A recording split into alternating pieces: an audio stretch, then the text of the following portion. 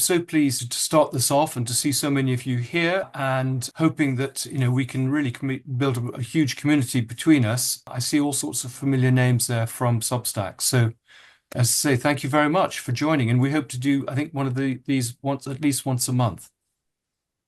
Here's my question. You've written that the Queen had a blind spot when it came to Andrew's misdeeds, and that when complaints about him were forwarded to her, she refused to act on them. But what about Prince Philip? Did he know as much as the Queen did? I thought the deal between Elizabeth and Philip was that although she led the nation as a monarch, Philip was to lead the family. So why didn't he have the final say in the matter of Andrew's many transgressions? And Yeah, additionally, wouldn't he have seen that Andrew's behavior was a threat to the good name of the monarchy? It seems to me that Philip would be very concerned about the name of the monarchy, its reputation. yeah, it's a good question, and it's a great mystery. I don't know. I do know of two occasions where Philip did reprimand Andrew. Once when he was the moderator of the Church of Scotland in one spring, and he was actually not doing his duties and going and playing golf. He did also come down to some of the naval establishments when he heard that Andrew's career wasn't going very well to find out what was going on.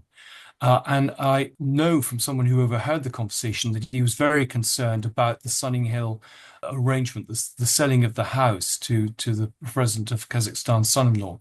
But it is a mystery. You're absolutely right. I mean, he was the guy who called the shots in the family.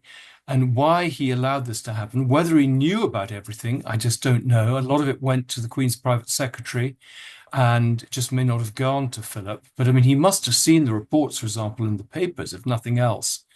And I mean, of course, he was the one who basically summoned Andrew to Wood Farm and said, look, the game is up. You just need to step down. This is, you've gone a step too far. So, I mean, it's one of the areas I'm going to be looking at. My next book is on Philip, and it's one of the Uh, questions that I'll be asking. It is a huge mystery. I mean, it's a huge mystery to me that the Queen allowed it to happen.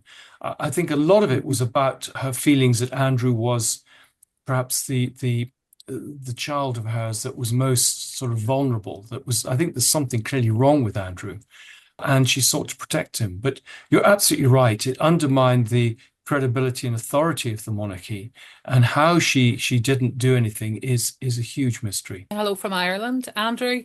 I've been following you since your work on Mountbatten, which was really significant in terms of bringing to attention some of the stuff he'd been at, and that has really. I also supported your crowdfunder when you were trying to get the access to the publications. I was just wondering if all of that work going right back, I suppose even before Mountbatten to Edward VIII, your current work has changed your view of British society at all and how power operates. Yes, well, thank you so much for the contribution to the crowdfunding, because I didn't know who'd contributed. But yes, it has absolutely changed my view. I mean, I came to this, starting writing literary biography. So I had no real interest in the British establishment and what went on. And it was really, the research into the Guy Burgess book, which really had gone on until 2015 when it came out, that really changed my view. And I realized that, there are these cover-ups and people don't always behave the way you expect. And I say that as the son of a judge, where I was sort of brought up with pretty strict ideas of what was right and wrong. I should say I'm continuing to do work on Mountbatten. I'm actually been in touch today with a television producer, and we're going to work on a documentary based on new research I've got. But yeah, I think the shocking thing is that, the establishment clearly thinks they can get away with things. We've seen this slightly in with the Trump case and the release of the Epstein files, the sense that pretty shamelessly they can just not release stuff that they said they would release, stuff that should by law have been released, and just cover up whatever and protect people because they're rich and powerful. So yeah, and I just wish more historians, took the stance that I'm trying to take without being too moralistic about it, that our duty as historians is to tell the history of the past and to do so without fear and favor. And I think rather the shocking thing is so many historians seem to buy into the curated narrative. Just I wanted to say thank you for your work, and I will continue to follow and support you. Please go on doing what you're doing. You must have enormous moral and physical courage, Andrew. So well done. Well, thank you. I mean, the knowing that there are lots of people out there who support the research is a great sort of comfort, because sometimes one can feel a bit isolated. Thank you for organizing this Q&A. This question is quite short, but may take a bit longer to answer. Do you have any time to work on your book on Prince Philip? Because I'm looking very much forward to that, and I'm thinking, oh, with this workload around Andrew and Fergie, we might have to be patient about the book on Prince Philip. Well, yes, it has slowed me down. I haven't really done much on it in the last 6 months, which is a bit frustrating because I think he's such a fascinating character. And I keep hoping that the Andrew story will sort of slow down, but with this drip feed of information, we've got sort of stories literally every couple of weeks now. But the plan is that I'm going to do a little less work on the agenting and hopefully then have a bit more time to concentrate on Prince Philip. Can you reveal which daughter of Andrew who didn't want local children visiting the box at the ballet? I do have a guess, but I wonder if you could slip a hint on the name. Well, actually, I'm not sure either. I should go back to my source and ask them. Who's the person you think? It would be Eugenie. Right. Only guessing, but that would be That's my guess. interesting. Right, interesting. Yeah, no, you're quite right. I mean, that's something I need to nail down. I think perhaps that the source was being a bit discreet and didn't, but I do think that would be interesting. And I suspect there were many other occasions where the box at the Albert Hall was abused for his own uses. Well done, Andrew. It's amazing work. I've been following you, and it's incredible. My comment was, what were the negative comments that Andrew Mountbatten Windsor made about Catherine, the Princess of Wales? And what does what does Prince William think of Andrew, his uncle? Well, what I heard was that Andrew was very rude, as he can be, about most things. I mean, he's very sort of direct, and he didn't feel that Catherine was basically posh enough to be a member of the royal family. You know, her mother was an airline stewardess and all this stuff. I mean, he is a complete snob. I mean, we all know that she's the linchpin of the monarchy. She's probably the most popular member. She doesn't ever put her foot wrong and is wildly popular. So he got that wrong. So there's a sort of personal and I think a sort of more reputational concern that William has.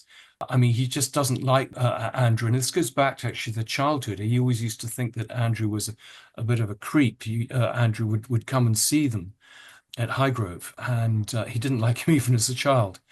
So then we have the Kate thing. And then I think also he can very plainly see the reputational damage that Andrew and Sarah Ferguson have brought. And he wants to clear it up. But I think he wants to clear it up before he comes to the throne. And I think he's putting quite a lot of pressure on his father to do so. And there's a bit of a tug of war there because Charles by nature is not confrontational. I think he feels an obligation to their mother to basically kind of smooth this over. And one of the strategies of the royal family often is to sort of say one thing in public and actually not really do much and hope the problem goes away. And that's my concern at the moment with Andrew, that they're not really doing as much as they can. I mean, there are all sorts of rumors that Charles has facilitated Andrew's basically flight to the Middle East, probably to Bahrain, in order to escape justice and also to escape scrutiny of the press. And if that's true, I think that will be very unpopular with the public. I mean, this story has been driven in many ways by the public pressure and by social media. I think that's the first time we've really had this with royal stories. And the press have realized that they've become slightly more emboldened in the questions they ask and the things that they're doing. And I hope that Parliament and the royal family will pick up on that, and they themselves will realize they need to get ahead of this story. So, yeah, I mean, William, we could see William's views of Andrew very obviously in the Duchess of Kent's funeral.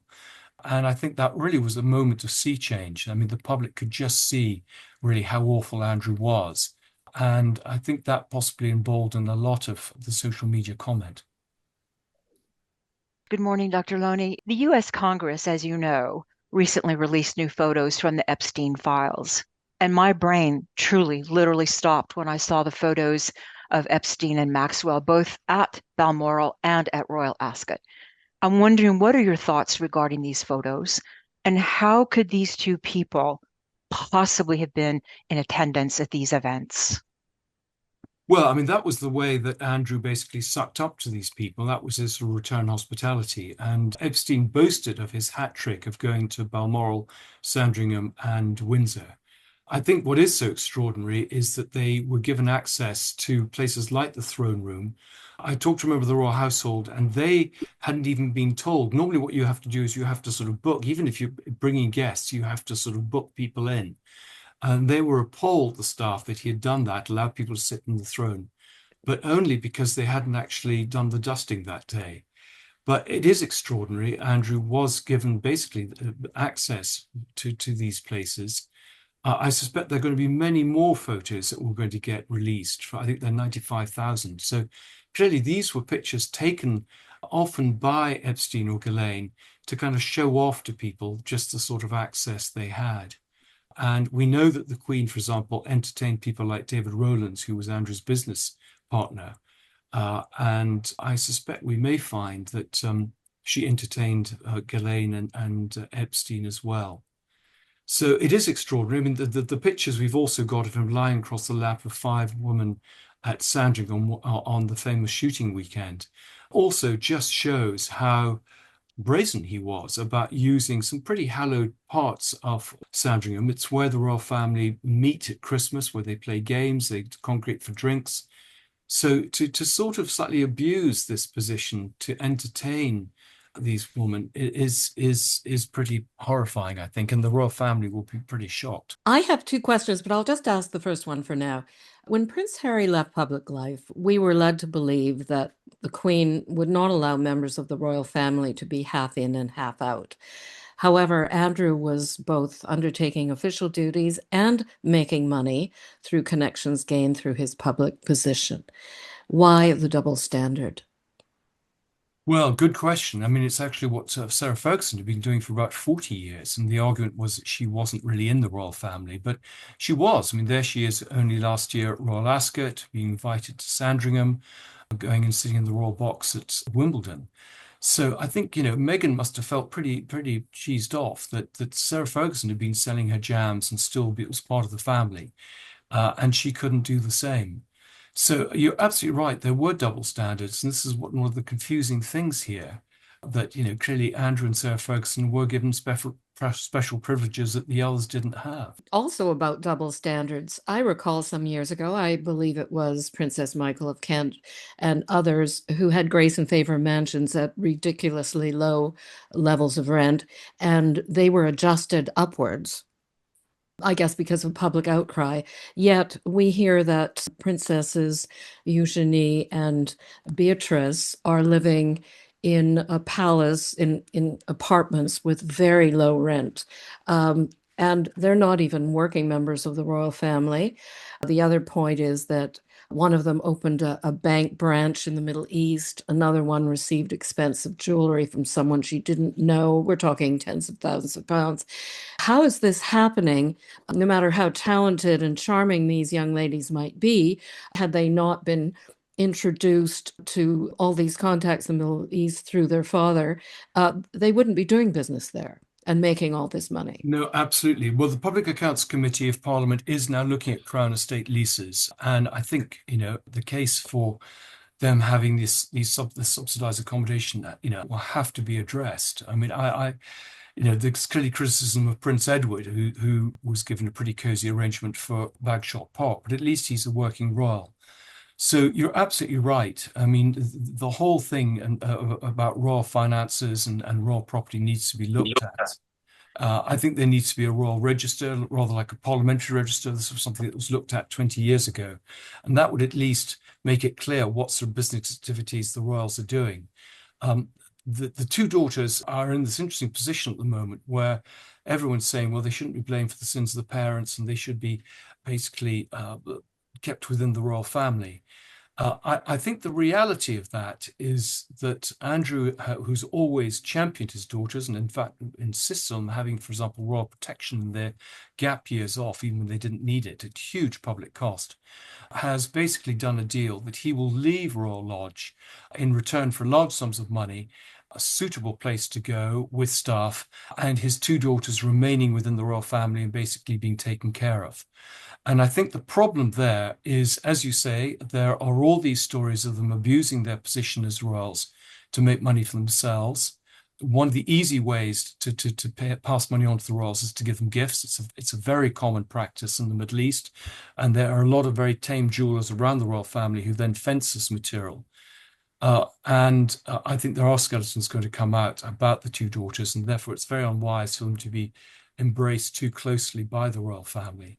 In most countries, the government requires gifts from foreign people to public figures to be registered. And in most cases, they end up in an archive or in a national collection. Are the princesses not declaring these gifts? I guess there's no way of knowing whether they're getting gifts like this except through hearsay. Exactly. I mean, there is a gift register. What I'm told happens, I had dinner the other day with the ex-mistress of King Juan Carlos of Spain, who operated very closely with Andrew, and the two were treated in a very similar way, both of them in Kazakhstan and in the Middle East. And she said that they're all paid in jewelry. Some they declare, some they don't. I know there was a room at Sunninghill called Aladdin's Cave where a lot of this stuff was put, and so it does need to be policed. It's only as good as the honesty of the people involved, and it's very, very difficult to police. But again, there's often things done through charities. The two daughters have quite extensive charitable interests in the Middle East. They have something called the Youth Impact Council, which I think was supported by MBS. So there's a lot of reputation laundering that goes on with the royals supporting some of these initiatives and then being paid either in kind or possibly being paid. Again, one of the problems is we never see the bank accounts. They have lots of offshore accounts. We know that Andrew has accounts certainly in China and possibly in Bahrain. This was one of the reasons he got very close to David Rowlands at Bank Haviland, which specialized in people who couldn't get banking facilities from anyone else. And so the whole thing is very murky about how they're financed, how they're paid. We have, as you say, the case of the Salman Turk, the High Court case in 2022, when a byproduct of that was to discover that Salman Turk admitted to have paid the family £1.3 million, money they couldn't account for. And again, one of the suspicions is that money is being fenced through the children's bank accounts to kind of hide it. So, and the other problem we have is the succession of companies that they're running, which are not properly audited. So they put the confirmation statements in through every year, and yet they seem to be defunct, which is not something most normal people do. So, there are so many questions. Andrew's bank accountant is a man called Arthur Lanchester, who is the accountant for a woman here in Britain called Baroness Mohn, who's been caught doing some pretty dodgy things and has, I think, been forced to pay back large sums of money that she got through some very, I would say, illegal procurement during COVID. And he's been reputedly reported, Lanchester, to various authorities for his accountancy practices. And, it doesn't seem that a member of the royal family should be using someone like that. Again, lots of stories I write about using frontmen like Dominic Hampshire, which came out in the Tenbo alleged spy case, using a lot of these people as fronts for his companies. He worked with a man called Johan Eliash. He gave false names, as did Sarah Ferguson, false addresses, false occupations. All of this is against the Companies Act. So when the authorities say that there are no grounds to bring any charges against him, I say, well, there are so many grounds if anyone's prepared to look properly. But you raise a very good point. And I just hope that maybe now, with some more scrutiny being placed on them, that they will, rather than cover up things, they will try and actually declare their interests a bit more. But I think a worrying sign was, I understand that William had asked Beatrice and Eugenie to make their business operations available to his staff, so they could be properly audited to avoid any embarrassment in the future, and they refused to do so. And of course, their calling card in the Middle East is the fact they're princesses, and that's why I think they'll be very reluctant to lose those titles. I mean, the obvious thing would be to strip anyone who isn't a working royal of their titles, because why should they need them? What's the point of them? I mean, just because they're born with them doesn't mean that they should have them. And it's interesting that not only Princess Anne's children, but now Prince Edward's children have said that they're not going to use their titles. It's only actually Andrew's children who are using them. And that is, I would say, rather revealing. Could I have your reaction, please, to Prince Harry's denial of giving his uncle Mountbatten Windsor a bloody nose? Well, I mean, my publishers took that statement out of the book.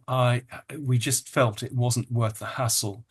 I know from my own experience that you can win legal cases and still lose quite a lot of money just because you never get your full cost back. And I think they took that view that this was a side issue. But, there is a long history of Harry using his fists. There's a long history of him suing people. I think that the way he did it was odd because he didn't contact us. He just basically gave the story to Newsweek. And then I think he contacted my publishers. I haven't even seen the letter. And he didn't follow up on it. And it's the same with Trump and the Melania suit, both with Michael Wolff and myself. They made all these claims in public and then never followed up, never did anything. So it sounds a little bit like just trying to undermine the credibility of the book and not actually really having a very strong case.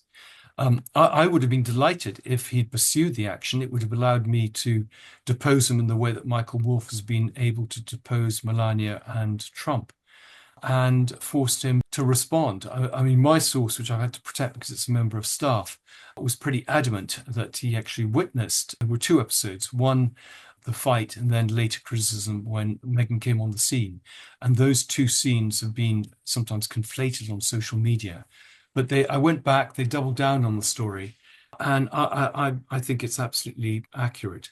I mean, the wonderful thing is that as a result of that publicity, the book actually got far more attention than it might have gone otherwise. So in some ways, perhaps there's no bad thing than publicity. There's no bad publicity. But we'll be updating the book. I'm still trying to get more information on some of the more controversial areas of the book. And it may be that we'll get some more information on that in the paperback. What do you think are the risks and benefits to the king by continuing to so publicly embrace the York daughters? I am a bit confused about his actions. Well, I think his actions are motivated partly by, as I say, not wanting to have any confrontation, and partly because that's the deal he's done with the Yorks. Everything on the surface looks like it's sweetness and light, and Andrew's voluntarily gone. But, he had a ironcast lease, and he certainly hasn't gone very willingly. And he may well, I think, dig his heels in and stay there till October when he has to go. But I do think that Charles is playing with fire here. I mean, there are all sorts of rumors of either Andrew or Sarah Ferguson selling stories or giving interviews.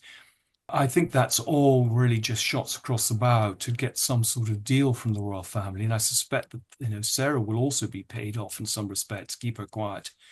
But the pressure, one of the sort of negotiating ploys is the future of the daughters. And that was one of the problems during the divorce as well, whether Sarah would get custody or not. And that's why I think she did get, in effect, shared custody and how a deal was done.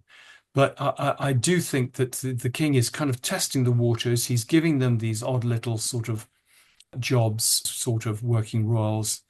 I think William's testing them with these appearances at garden parties. But I think they are just being very careful. I mean, it's said that they're going to be at Sandringham for Christmas. I would have thought the clever thing would have been for them to not go, to say that they are supporting their parents or they're having it with their in-laws. But I suspect that they're trying to keep in with the royals, that they'll make an appearance on Christmas Day and then go and join their families on Boxing Day. But I don't, unless any of you know more, I don't think we know exactly what is going to happen just yet. What are your views on the monarchy as an institution? Please correct me if I'm wrong, but I believe you are pro-monarchy, but also ultimately pro-accountability. Exactly. I mean, I'm a great fan of the monarchy. I think a lot of them do a great job. We saw what soft power can do with the Trump visit. We see it in the way that they kind of bring the nation together at times of sort of national tragedy. But I do think that they do need to be much more accountable. There needs to be much more transparency, particularly about their finances. And I hope in some ways, ironically, Andrew has forced them to address this issue, make the monarchy fit for purpose in the 21st century. I don't think we can continue with, no proper parliamentary scrutiny, with sealed royal wills, with them being exempt from the Freedom of Information Act. All those things, if they had nothing to worry about, shouldn't worry them at all. And there was, in fact, I used to represent him, a man called John Grigg, Lord Altrincham, who described himself as an honest friend. And he raised some of these issues in the 1950s about the Queen. And he was sort of punched in the face and things in public. But actually, subsequently, the royal family thanked him because they said, actually, by raising these points, you've helped us. And so I do, I speak as an honest friend. I think for their own sake, you can support institutions without necessarily supporting the behavior of some of the individuals. And I do think that, the bad apples, people like Andrew and Sarah Ferguson, have let the side down. And they do risk bringing reputational damage. I think the other thing that they've done is if the royal family had addressed Andrew much sooner, and they could have done this years ago, there wouldn't now be these wider questions being asked about accountability and privilege. So they've actually shot themselves in the foot. I mean, people are now feeling that, there are bigger problems here about the way they abuse their position and monetize their position for their own personal gain. And I think the worrying thing is that this corruption seems to be not just a couple of these bad apples, but seems to pervade the institution itself. If the research I found about the Queen protecting Andrew really is exactly what happened. I suppose I'm interested in what your work says about the state of British institutions in general and the monarchy in particular. But do you have any views on the contention that Andrew isn't the only person with questions to answer about the financial operations within the royal family? I'm thinking about the King's money in carrier bags episode, for example. You're absolutely right. I think there are wider questions about, I think Andrew was clearly out to make money for himself, whereas I think Charles and the paper bags and the cash for honours and access was very much about getting money for charities, particularly for Dumfries House. But, I do think that, the royal family shouldn't be taking hospitality yachts in the Mediterranean from some pretty dodgy people. And, there should be much more transparency about some things that go on. We know that they shut down the Paul Burrell case because they didn't want some of their dirty linen washed in public, and Burrell was threatening to do that. And clearly the role of Fawcett has been questioned by a lot of people. So, in fact, I've just done an audio with Di Davis, the former head of Royal Protection, who has been very vociferous about, the need for much more openness across the whole of the royal family, and in fact appeared on a documentary recently about the Burrell case. So you're absolutely right. There are lots of things going on which are not right. We talked about Princess Michael. She got very cross with you. I know Princess Michael for saying that her husband had been caught in a sting operation, saying he had access to Putin. But the fact is, there is, I think it's on YouTube, there is evidence of this, and they may not like being caught, but the fact is that these things have happened. And you're absolutely right, that question, they had this basically subsidized huge accommodation in Kensington Palace. I went there, absolutely lovely accommodation, which they're supposedly now paying a market rent, but I think they're being subsidized still by the king. They're just not being subsidized by the taxpayer. And I think, there are wider questions about, all the accommodation the royal family has. We now know that after huge expense, Buckingham Palace will not really be used to house the king, or indeed William. I think it'll probably be opened as a palace for visitors to raise money, which is good. That the king will stay at the Clarence House, and supposedly William will be at Forest Lodge or Windsor. But I do think that property portfolio needs to be looked at. And, it's fair enough that some of these working royals in their old age should be taken care of. But again, I think there needs to be much more transparency about the financial arrangements that are made. And there is a duty for the Crown Estates to put properties up like Bagshot to a more open tender. And certainly with Bagshot, there were offers from conference centres and from hotels to go there. and they seem to have done this deal, rather nice deal for Edward. But on the other side, we have to consider that if you're going to have a royal family, it does need to have, a certain amount of splendor, a certain amount of pomp for it to be sort of the mystique and for it to be taken seriously. If you downsize everything and they don't really have much sort of projection of their image, then it's going to be slightly more difficult to be, for them to be taken seriously. I think what people do like are the big state occasions, the dinners at Windsor, the fact that they can put on a pretty good show. And those things I think people accept as part of the role of the monarchy, part of the as I say, the projection of its influence and status. But I do hope that in this reign, before we get to William, that reform takes place, because I don't think it can be justified, particularly when there is a sort of cost of living crisis at the moment. Thank you for that answer. I mean, my view is that the whole thing is fairly corrupt, but as I'm not a British person, so I have no views on whether Britain retains its monarchy. But I take the point you've made about if you're going to have a monarchy, there needs to be some public funding of it. Although they have enough money themselves to fund it, to be honest. Well, I think they're going to have to look at the sovereign grant, because there was again a very cozy relationship with George Osborne, the Chancellor, who kind of pushed this pretty generous sovereign grant through, which is based on the income particularly from the wind farms, which is enormous at the moment. And I don't know if you saw the Channel 4 and the documentary and Sunday Times investigation, but I mean, Yes. yeah, which is rather shocking. That they are charging hospital car parks and stuff, and then on one hand saying we're doing our best for homelessness, and they've got all these empty palaces and charging people being pretty bad landlords to the people that they are responsible for. So I think they do need to get their act together, because they will lose support. I think the monarchy isn't in the position it was in the Victorian period, where I think it's the all-time low in terms of public opinion. But it's losing support, particularly among the young.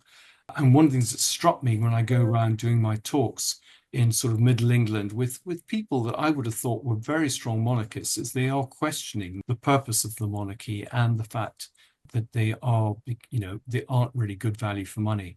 Lots of questions about work-shy Willie and whether really he is really pulling his weight, even with a sick wife and a young family. And I think that is going to be a bigger issue.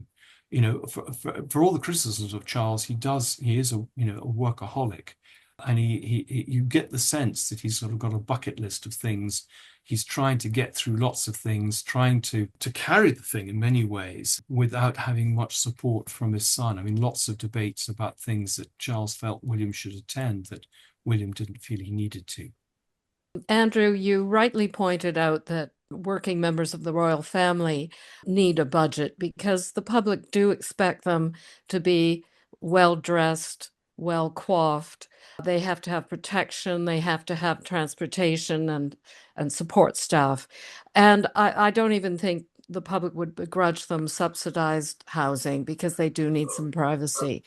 I just wanted to get back to the abuse, the financial abuse that it seems that all the Yorks have been taking advantage of. In my view, the financial conflicts of interest and the side deals and the hidden money and dubious payments and lavish gifts are just as important in terms of bringing a disrepute to the monarchy as the Epstein connection. And you mentioned that there are certain areas where people are prohibited from raising questions, but can members of parliament not raise questions if it comes to conflicts of interest related to past official business or receipt of gifts in their capacity as being members of the royal family representing the crown? Yeah, well, I mean, I agree with you. I mean, the focus of my book was very much on the financial side, and I think it's slightly, the publicity has been focused on Epstein and the sexual side, and in some ways, the publishers said it actually wanted me to cut back on some of the financial stuff because they didn't think it would be of so much interest.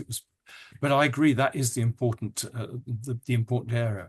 Amazingly, until now, the Bible of Parliament, which is called Erskine May, didn't allow parliamentarians, whether in the Lords or the Commons, to ask questions about the royal family.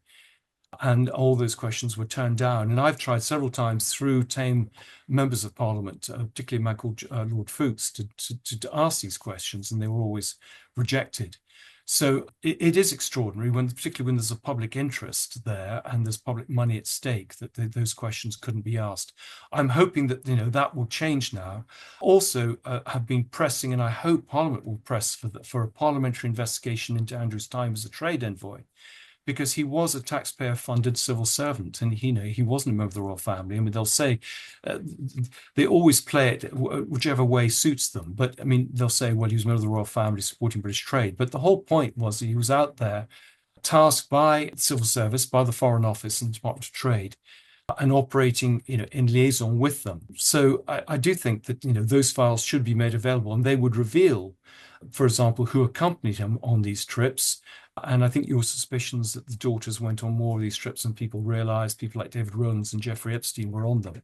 And that's one of the reasons they don't want to release it. And I think it would also reveal the sort of business he was doing. I mean, we know that he wanted to stay in private hotels rather than in the ambassadorial residence because it gave him more independence, not only to have massages brought in, but also to meet people that perhaps the ambassadors would not have approved of. And I know, talking to several ambassadors, that he gave them lists of people he wanted them to organize for him to meet. And some of them refused to do so, saying these are not suitable people for you to be seen with. So there's still a lot of work to be done here. And I just hope that the Public Accounts Committee don't go down a rabbit hole with the Crown Estate's property and look at the wider issues here. Norman Baker, who was a former Liberal MP, has just published a book, a follow-on book looking at royal finances. So I'm hoping that that will raise the issue a bit more, and people will be, both the media and Parliament will look at this. And I think the great thing again still is that people like you, people on social media, are raising important questions. And also some people are coming forward. I've had, I would say, 2 or 3 people a day come forward since the book came out with new information on the Yorks. And I think the fact that these issues are now being aired more publicly, I hope will bring more people forward writing articles, writing letters to the paper, so that there is pressure to do something.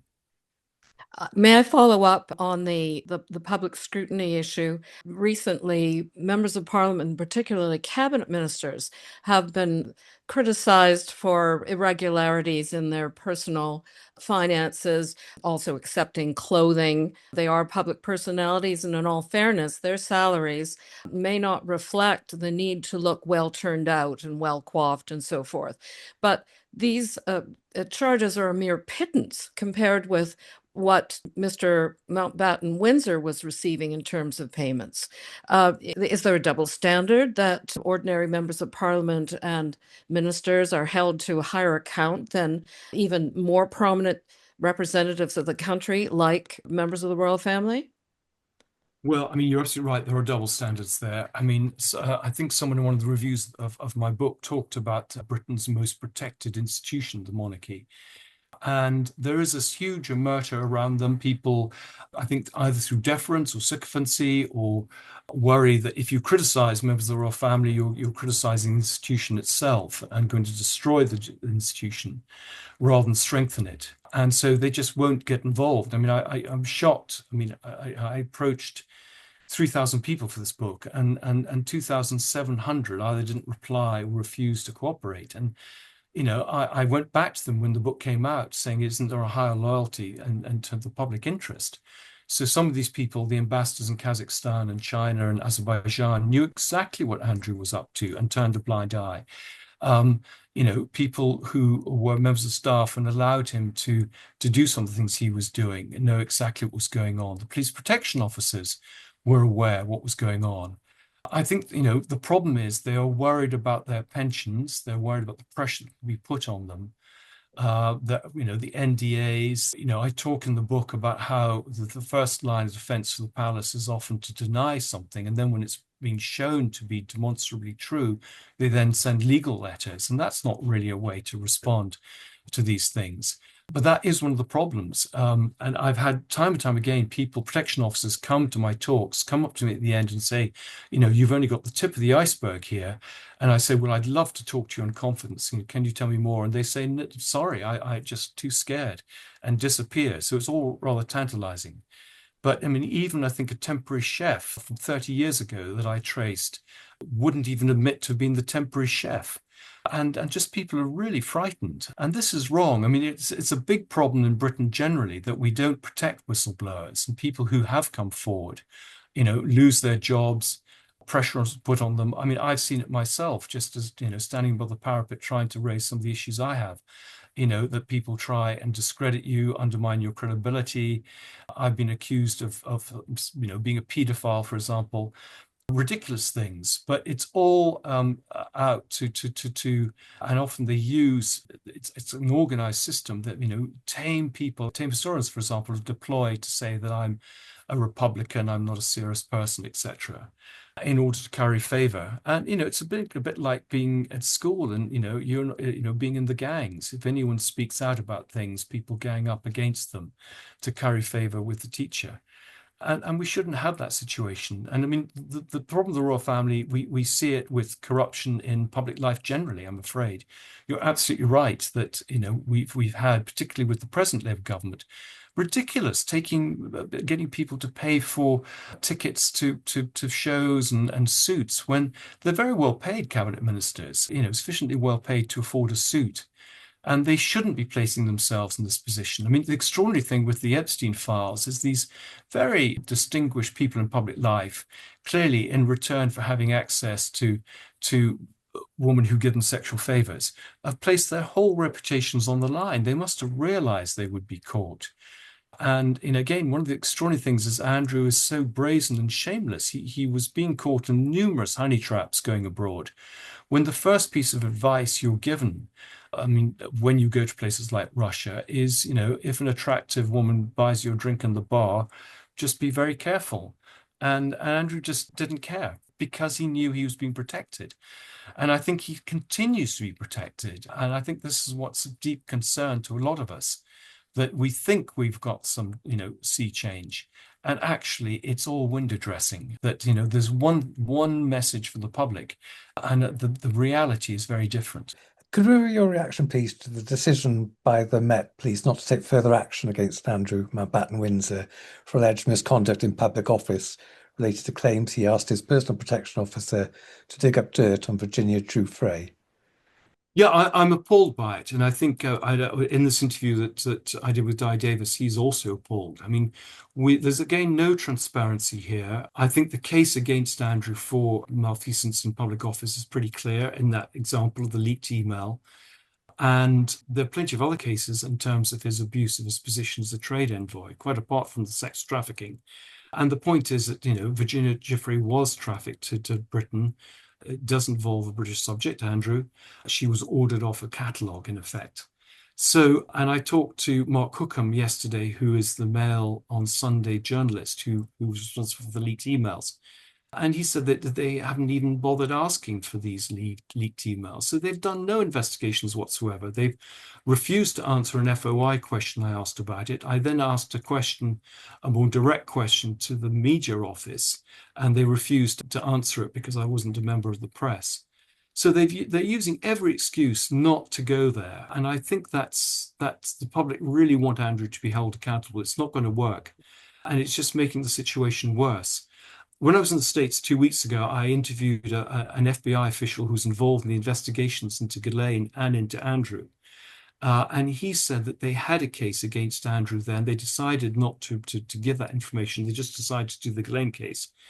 But there was enough information there, in fact, against him and Sarah Ferguson for a case. And I think they were going to pass that material to the British authorities. So again, that's all gone very quiet. I've offered very publicly to offer material to the National Crime Agency, material that wasn't used in the book for legal reasons, about taking bribes, for example, and commissions. So I think it'll be a case like the Royal Lodge where they'll keep saying no, no, no, and eventually the wealth of material and pressure will force them to do something. But it doesn't make the Met look. It does make it look like the two different standards again, and the royals are above the law. And the point is that even if Andrew, and he is no longer a member of the royal family, but even if he was, there should still be the same rules for everyone, as we're finding in Norway with the son of the Crown Princess, who's up on charges of rape. British diplomats are being asked to promote business and trade in an era of budget cuts, constantly having to do more with less. For example, ambassadors and even consuls in regions used to be able to host receptions for local business people or local graduates of British universities to encourage exchange, but they've had to cut that out. And yet, here was the former prince showing up unexpectedly in embassies around the world, expecting to have use of their cars and facilities and how take staff away from their normal duties to accommodate him and make work for him. Do you think now that your book is out and is receiving good reviews, that more retired diplomatic staff at all levels will come forward? Yes, I am. I'm hoping they will come forward. I'm writing to them. I mean, I've got a whole list of people I didn't talk to originally, who I'm hoping may talk. I had one occasion where I was talking in Dorset the other day and was criticizing former ambassadors of Kazakhstan for not coming forward. And a man put up his hand and said, I'm a former ambassador. You wrote to me. I refused to cooperate with you. But now, having read the book, I will do so. In fact, he didn't really tell me much, but I thought that was a promising sign. But I agree. I think it's very short-sighted. I mean, we're cutting money, for example, from the BBC World Service, from the British Council, from aid projects. All these things were part of our soft power and helped make us much more effective around the world. And yet people like Andrew used to say we're able to run up huge expenses. I had a coffee the other day with a former official in Whitehall who got in touch with me and said that he, right from the very beginning, had raised questions about Andrew's expenses because they'd shot up enormously from the first day compared to what the Duke of Kent spent. And he was told that, look, the Queen has basically said, this is fine. And he was told not to do anything. And eventually he found his career was curtailed for raising these questions, and he actually resigned. And I think that's the problem. Anyone who spoke out against these things found that their futures were in jeopardy. So this is why it's actually part of I wouldn't say huge conspiracy, but it's not just Andrew operating on his own. He was protected and enabled by lots of people. And, even at the Duchess of Kent's funeral, he was being given a police escort from Windsor as a non-working royal. Someone had to support that. Someone has to be agreeing to all this. And, there is a system in place for example, when he was trade envoy for transport. And he could easily there could have been someone who said, look, no, you don't need to go by helicopter. You can go by car or you can go by commercial flight. And he seems to have got round that. And I can only assume he got round that because they all knew that if they didn't say yes, the Queen would make life very difficult for them. And so they was almost self-selecting to give them these privileges that others didn't have. I mean, I think other members of the royal family, including the Queen, often traveled by train, certainly Princess Anne. And yet Andrew refused. I mean, there's that story you may remember from the book where he actually asked for a train to be redirected because one of them has been delayed. The idea that trains weren't all basically serving his interests, his own personal interests, was something he just couldn't understand. And this is, I think, something we all find it hard to get our head around, just how detached he, particularly, but some of the members of the royal family are from real life. And Andrew, there's been some briefing in the last week that Andrew and Sarah are getting back together, or they've become closer since the Epstein scandal. Have you sort of heard anything along those lines?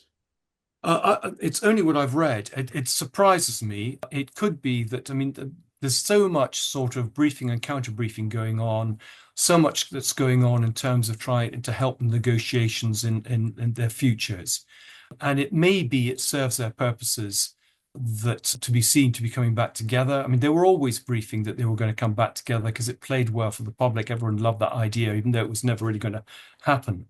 So it may be a cynical ploy. I mean, my own instinct is that she has slightly abandoned him because she can see how toxic it is and she's trying to reinvent herself. And clearly he's a bit of a drag on that. I don't think there's a huge amount of loyalty there, but it'll be interesting that if they do spend Christmas together, the two of them, as they did last year, or if they go their separate ways. I mean, that I think will be quite revealing. There are rumors that she may spend it with Beatrice in the Cotswolds. And he will be literally left on his own. Except that we've got to remember there is a staff there. They will be there. They will be preparing a meal for him. So it's not just he's not going to have to do a sort of have to prepare anything himself or stick something in the microwave. But yeah, I think the thing is there are just so many rumors running around. I mean, again, one of the rumors, which is something that I've long believed, is that he will never get to Sandringham, that he will linger as long as he can in Royal Lodge, and then he will make basically a flight to the Middle East where he will be treated much better and have far less scrutiny. And it's interesting that Rob Shuter, who's an American columnist who's quite well briefed, has put that story out today, which is what I kind of have guessed might be happening. And to what extent do all of the various kind of releases and revelations from the Epstein estate, now from Congress as well, to what extent are they kind of filling in the picture that you told in the book? Well, it's gratifying that they are sort of confirming a lot of things I had in the book. I mean, I'm learning a lot of new things. I mean, I always accepted that the book was only the tip of the iceberg, and it was just these odd glimpses that I got from my research. So it's a jigsaw, but there are many more pieces still to put together. But yeah, the picture is beginning to emerge. I think the picture is emerging. It's a much bigger conspiracy, many more girls involved, many more men. I think the other thing is from one of my interviews I did last week that the relationship with Ghislaine and Max and Epstein seems to have begun much earlier, even earlier than the 1990s. So if that stands up, that'll be very interesting. I think the national security element of it, I think, is still a lot more of that still to come out. And clearly, if we get the files for his time as a trade envoy, and that will be literally hundreds of thousands of files, that will clearly help. I doubt we'll get it. But, there's so much that hasn't come out, so much which is still redacted on the stuff that's been released. But I'm hoping that, there will be people perhaps who will become whistleblowers because, there must be so many people who know more about this story who haven't spoken on both sides of the Atlantic. And if they come forward, then I think a lot more will emerge. And I think certainly once Trump's term of office ends, I think a lot more stuff will emerge, particularly if there is a change of government. And what do we know about Epstein's relationship with Robert Maxwell? Because there's some quite serious people, like Craig Unger is one, and many others too, who think that basically Epstein took on the blackmail business from Maxwell, to slightly oversimplify it. What are your thoughts on that? Yes, well, I mean that's very much the line of I think Michael Wolff as well and Chris Steele, and there's quite a lot of research in this area. So I think absolutely those links between Trump, Epstein, and Maxwell go back a long way. And that would explain, just how Ghislaine was able to establish herself so quickly in New York after her father died. It would explain the fate of the hidden pension money. It would explain how Epstein made so much money so quickly that no one can explain. So, yeah, I mean, we are beginning to get more and more idea of how this worked. And I mean, I think what's extraordinary is if Sharon Churcher hadn't found Virginia Giuffre, Jane Doe 102, I think a lot of the stuff wouldn't emerge. The stuff would have just been kept under wraps. As it is, we're looking at material going back 40 years, which no one seems to have known about. So it's one of the exciting things about history that you feel you know the story, but actually there's always so much more to discover. Partly because the material has not emerged, either it's been deliberately suppressed or just was never recorded. But I do think that we've only got, I suspect, 5 or 10% of the material that still could come out. And of course, much of it will have been lost and we'll probably never know. People have died and taken the secrets to their grave. And you've already spoken in the book about the fact that Andrew would pick these girls out of a catalogue. And actually last week we saw that it was either Donald Trump sending a catalogue to Epstein or the other way around. So we're starting to see those parallels there. Can you just give us an idea of how it worked with people like John Luke Brunel, Epstein, and indeed Donald Trump with his modelling agency? What was kind of going on there? Were they essentially pimps? Yes, I mean, it was the easiest way to get a ready source of young, particularly young girls, is to set up a model agency, to promise them all sorts of things. The poor girls are away from their families.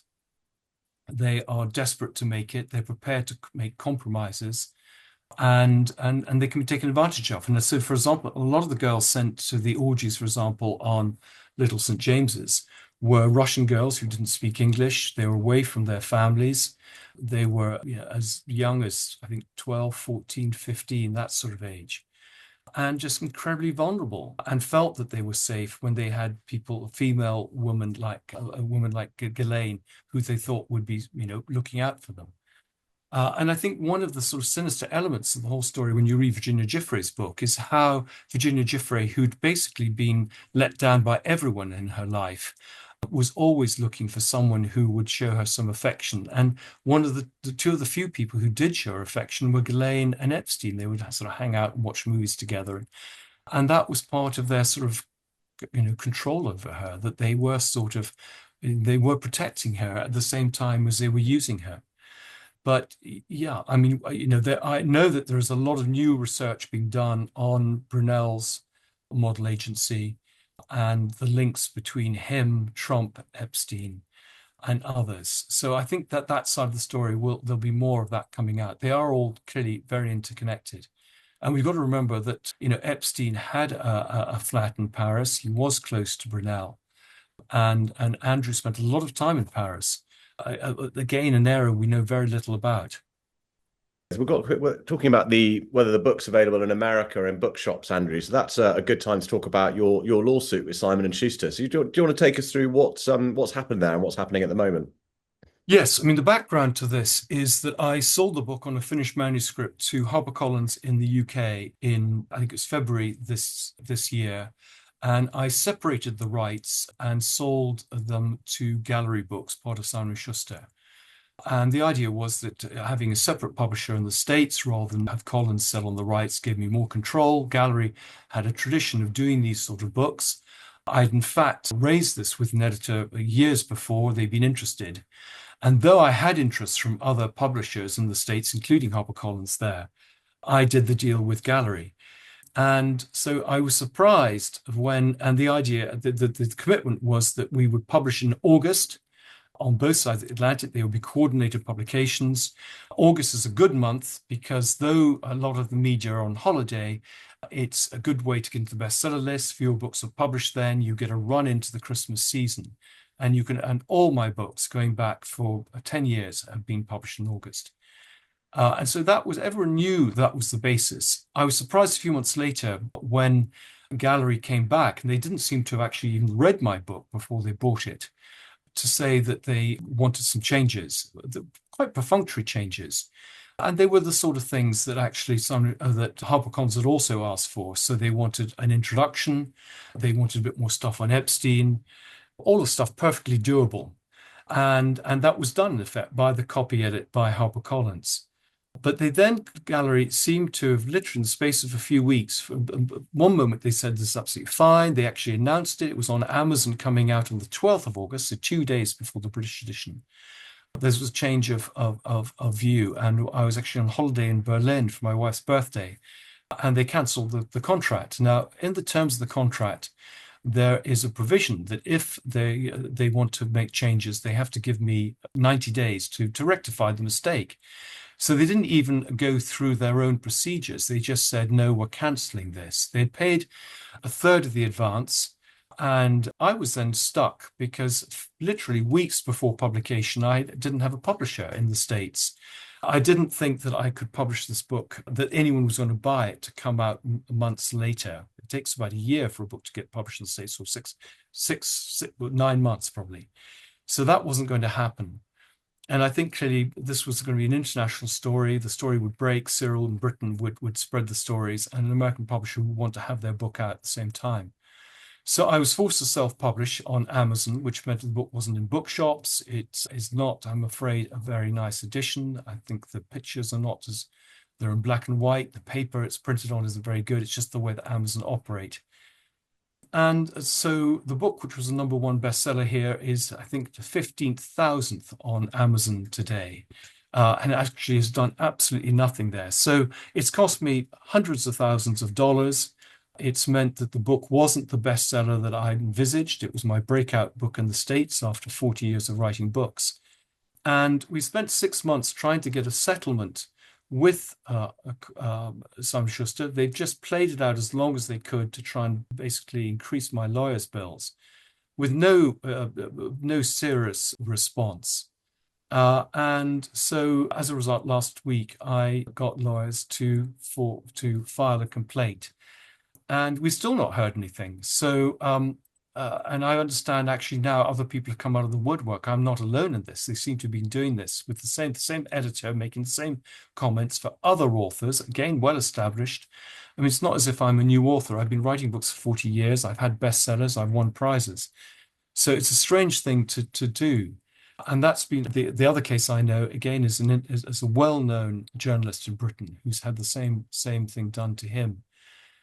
And the editor has put forward in both our cases a ghost to rewrite our books. A ghost that clearly is some friend of hers that has to be paid for by us rather than the publisher, which is pretty unique. So there's something very odd going on, and I hope that when the case comes to court that we will discover what's going on. But I do feel very strongly that authors should make a stand, because if we don't, we're going to have more and more of these corporate publishers walking all over us.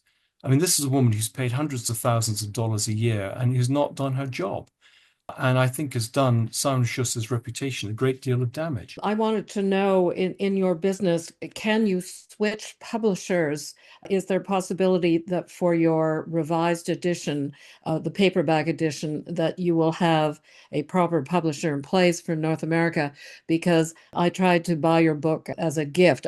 Luckily, I bought my copy in the UK, but my local bookstore here in Canada had it only in audio version. Yes, I mean, the audio, actually, one of the things we had was Blackstone bought the audio rights. I mean, there should be this edition by Westminster Press available in Canada on Amazon. There's an ebook or as a hardback. Again, because Collins are bringing the paperback out in May, which is slightly earlier than I expected. Normally, we bring them out in June. It's normally about 9 months between. There was no time to get another major publisher to publish the paperback. So I've done a deal with Collins, no advance, but they are going to publish the book in Canada and in America in May, in paperback, updated. It will be in bookshops. It won't be quite the same as a separate edition from HarperCollins US. This is HarperCollins UK. So they're doing something through their system called 360. They will distribute it. So it will be available and it will be easier to get. And I'll get what we call export royalties. So it's not ideal, but it's at least makes the book available. So, I'm hoping, that for a new book, which I'm going to do in a couple of years' time, called Untitled, which will be completely new book looking at the Yorks and their fall, and perhaps looking at wider issues about royal accountability, that book I'll find a trade publisher. But that's the problem for the future. For the moment, I'm focused on my Prince Philip, and the plan there is to sell that when I finish it, which may not be for a couple of years. And hopefully I'll have a major publisher, and hopefully I won't have a publisher let me down like Gallery Books have. So in essence, you're going to update your book entitled for the paperback edition and then leave it for the passage of time so you could give a more objective assessment in a few years. Yeah, absolutely right. I mean, I'm allowed about 8,000 words so for the update. So it'll just be 2 chapters tagged on the end. They'll be able to offset, rather than reset the book, they will be just literally setting the 2 more chapters. But I'm going to try and put as much information there as I can to get attention for Cyril and for people who perhaps bought the hardback to feel it's justified in buying the paperback. I wasn't planning to ask a question, but your discussion prompted me to wonder if that strange situation of the book being dropped, the one that you have your legal case about, was some sort of competition squashing that goes on sometimes in the corporate world. It's not just in the literary world. Sometimes people will buy a rival product and then they will just squash it completely so that nobody can have it. Yeah, absolutely. Well, I mean, it certainly went through our mind, and we certainly do this I know our papers do this for Cyril. They'll buy 2 competing books and then squash one of them to protect the other one. I mean, all sorts of rumors of, Fergie, who was published by Simon Schuster, had, put pressure on them. Trump had put pressure. But I think the thing is, these things all happened before, the book was cancelled in May and the Trump problems arose only in August. Fergie actually was published by HarperCollins in the States. I mean, she'd got that deal after they had offered on my book. And so when I was trying to get trying to save the book in May, they at that point said that they couldn't publish it because they were publishing her. But actually, interestingly enough, in Britain, Collins, her publisher, were going to be the publishers for a book she was doing in the autumn, a Mills and Boon novel.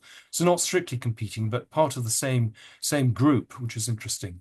Yes. I think possibly one of the problems is scheduling, that the Americans didn't want the book to come out in August. They hadn't got their act together. They could have actually just offset from the British and done everything off the British edition and had to do nothing, which is what often happens.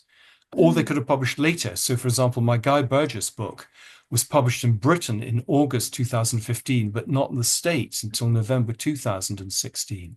So you can bring out books, later. But I think my instinct is the editor just threw their toys out of the pram and thought that would be no problem and that nothing would be done and slightly being caught out. Because I don't think they've realized, that I seriously was going to take action against them. Just the way they've behaved, the way they've delayed things, the way they've responded to my lawyers. They've not taken this at all seriously. So, and maybe that's worked for them in the past, but what they didn't realize is that I'm quite a stubborn person, and I hopefully will met their match, even if it's a David and Goliath operation. But yeah, Yes. interesting question, and it may be that there's something behind this, something going on behind the scenes. Yes. So we may know more next time we do a Q&A. And you might find out more in Discovery, mightn't you, Andrew? Exactly. I mean, I think one of the interesting things is what you can get out of Discovery. I mean, my lawyer said that basically all my communications with apart from with them, but with anyone else, including for example, the publicists I had to take on in the States, anyone I dealt with, they will be able to call in. And I'm hoping I can call in the same and just get a sense of some of the internal correspondence that must have gone on. Problem is, I suspect they will create internal correspondence to make their case. I wouldn't put it past them to invent material.